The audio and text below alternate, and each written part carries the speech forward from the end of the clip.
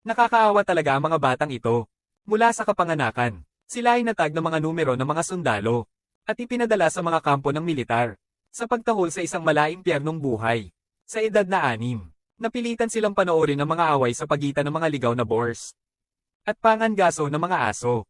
Sa kama, ang batas ng gubat malalim sa kanilang malambot na isipan.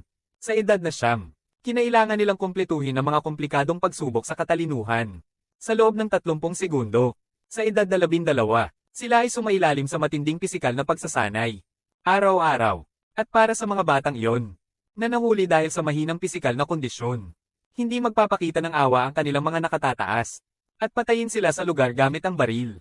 Sa edad na 16 pagkatapos ng mahigpit na pagpili, na-underwhelm nila ang brutal live fire target practice. Sa mga hindi mahalagang sitwasyon, ililibre nila ang mga sibilyan ngunit sa mga espesyal na kaso, kahit ang mga sibilyan ay kailangang alisin. Walang bahid ng simpatiya. 17 taon. Minarkahan ang pagtatapos ng malademonyong pagsasanay. Nakaligtas din. Nakaukit sa kanilang mga mukha ang kanilang mga pangalan at numero. Opisyal na nagiging mga makinang pampatay. Sila ay sama-samang kilala bilang sundalo. Para ang tanging layunin nila ay lumaban. Sa kanilang mga mata, isang bahagi mula sa pagpatay. Matagal nang napawi ang mga emosyon. Ang layunin sa likod ng paglikha ng emosyonal na ito ay mga makinang pamatay ay upang matiyak ang tagumpay sa hinaharap ng mga digmaang interstellar bilang bahagi ng tinatawag na Soldier Man Project ng US military. Sa 38 taon, pinangunahan ni Todd 34-65. Ang lalaking sundalo ay dumaan sa daan-daang labanan. Inalis ang lahat ng mga kaaway at nanalo sa brutal na 6 na digmaang lungsod. Sa panahon ng malupit na insidente ng Moscow, kinailangan nilang lipulin ang lahat kahit na may mga hostage ang kalaban. Hindi nagpapakita ng anumang awa ito ang ika-40 taon. Kahit na ang malayong planeta ng Argentina, nagdadala ng kanilang mga yapak. Todd 3,465, namumukod tangi bilang ang pinakakatangi-tangi sa kanila. Nakikipaglaban mula sa lupa hanggang sa kalawakan sa pamamagitan ng kasabwat. Mga brutal na kampanya. Gayunpaman, nananatili siyang walang talo. Lahat ng data ay nagpapahiwatig na siya ay isang perpektong makinang panlaban. Tuloy-tuloy na nangunguna sa mga chart ng Soldier Man. Tinitingnan ng simbahan ng mga veterano na ito, na may malaking kasiyahan. Gayunpaman, mabilis na pagsulong. Sinanay ng teknolohiya ang isang bagong batch ng mga susunod na sundalo. Eventad 3,465, na hindi kailanman natalo. Sa wakas ay nahaharap na siya sa bukang liwayway ng kanyang wakas. Ang bagong hinirang na koronel. Kumpiyansa ang NICOM. Itinatampok ang mga pakinabang ng mga bagong sundalo. Ang mga veterano ay pinili sa pamamagitan ng genetic screening, habang ang mga bagong sundalo ay genetically modified. Mga lalaking kalamnan, sinanay sa mas siyentipikong pamamaraan. Sa mga tuntunin ng pagtitiis, pisikal na lakas, o reflexes, sila ay nakatataas, lubusang nilalampasan ng mga veterano. Ang intensyon ni Colonel NICOM ay palitan. Todd 34-65, at ang kanyang kapwa matandang sundalo, kasama ang mga bagong Devil Warriors na ito, upang patuloy na mapahusay ang pagiging epektibo ng labanan ng hukbo. Gayunpaman, hindi sumasang-ayon ng simbahan. Nagtatalo na ang mga veterano ay labanan, pinatigas at naranasan. Samantalang ang mga bagong sundalong ito ay hindi pa nakakita ng labanan. Gaano kabisa ang brute strength? Kapag nakita ni Colonel NICOM ang pag-aalinlangan, nagmumungkahi siya ng praktikal na paghahambing sa lahat. Pagtataka sa isang high-speed shooting test, ang mga bagong sundalo, hindi lamang hinahawakan ng kanilang mga armas ng may katatagan, ngunit nakakamit din ng 99% hit rate, at lubusang lumabas, gumaganap ng mga veterano sa physical fitness. Sa kabila nito, nananatiling hindi kumbinsido ang simbahan, at nagmumungkahi ng pagsubok ng pagtitiis. Ang susunod na simbahan ay nagpapadala ng pinakamalakas sa kanila, Todd 3,465, upang makipagkumpetensya upang ipakita ang kakayahan ng mga bagong sundalo. Colonel Mika Millos ang veterano, Todd 34-65, upang magsimulang tumakbo ng mas maaga ng 20 minuto. Pagkatapos ay casual na nagpapadala ng mga bagong sundalo. Bagaman Todd 3,465, kapansin-pansin ang stamina. Ang bilis ng bagong sundalo ay napakabilis. Hindi nagtagal ay naabutan niya. Todd 34-65, at tapusin ang 15 kilometro, na may malaking kalamangan. Pagkatapos ng pagtakbo, Todd 34-65 ay pinawisan at hinihingal. Habang ang mga bagong eksena ng sundalo, na para bang wala man lang siyang effort, Steel Church stubbornly argues na ito ay nagpapatunay na wala. Demanding na ang luma at bagong mga sundalo climate chain. Para makisali sa totoong away. Nais ng simbahan na tag 34, 65 para turuan ng leksyon ng bagong sundalo. Coronel Macomb. Iniisip ang bagong sundalo. Dalawang mabigat para sa isa. Iminungkahi. Peteng 3 veterano laban sa isang bagong sundalo. Upang matukoy ang nakatataas. Hindi inaasahan kahit sa 3 laban sa isang senaryo. Ang mga veterano ay walang kapantay sa tungkod 6 o 7. The new soldier talaga. Ang bagong paraan ng pagsasanay sa Diablo. Ginawa nitong hindi nakikita ang mga bagong sundalo. Sa harap ng kabataan.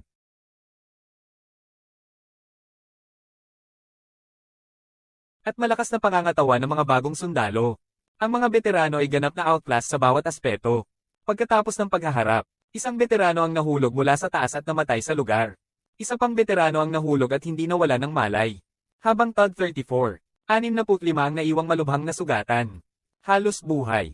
Although Kane 607. Ang bagong sundalo. Nawala ang isang gabi sa TOD 3465. Sa panahon ng laban. Sa huli ay nanalo siya. Matagumpay na napalitan ng Kane 6 o 7 ang. Matagal nang naglilingkod sa mga veterano. Kahit ang natitirang mga veterano ay napuno ng saro. Kinailangan nilang aminin ang lakas ng mga bagong sundalo. Kahit ang simbahan ay kailangang pumayag. Habang sinamantala ni Colonel Macomb ang pagkakataon sa paaralan. Ang nasugatan na bagong sundalo. Pinapuna siya sa pagkawala ng mata. Nagpapahiwatig ng pagkawala sa halaga ng labanan. Insulto ang kanyang mga salita. Nagmumungkahi na. Lalong naging inutil ang mga taunang veterano.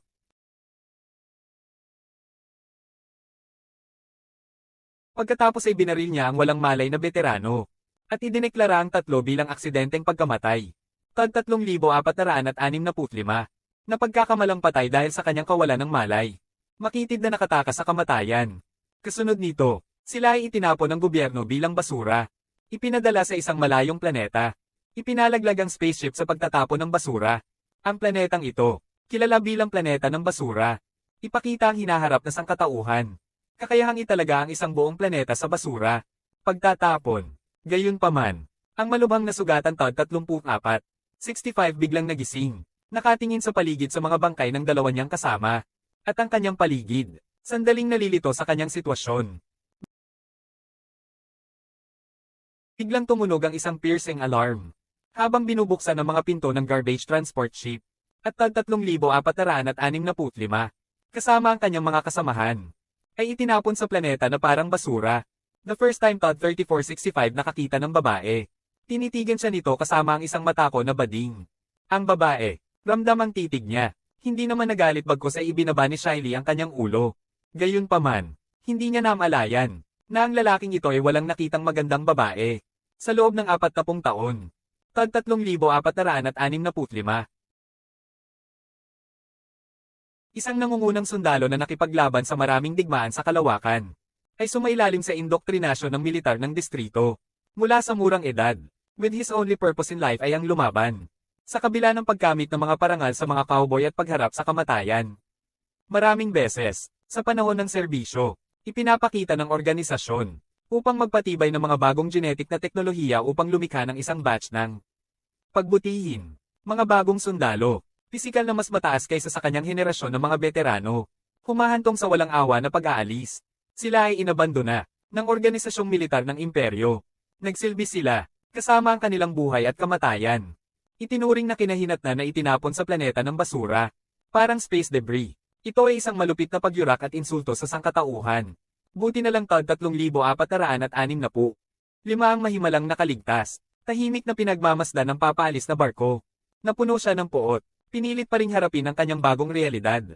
Tumingin sa paligid. Nahaharap siya sa isang desperado na sitwasyon. Ang tanging nakikita niya ay mga bundok ng basura. Isang planeta. Partikular na ginagamit ng mga pinuno ng iba't ibang planeta upang itapon ang mga labi ng digmaan na may lubhang malupit na natural na mga kondisyon. Hindi inaasahan. Natagpuan niya na ang mga tao ay naninirahan sa gayong kapaligiran. Udyok sa kanya na mabilis. Bumaba mula sa tambak ng basura.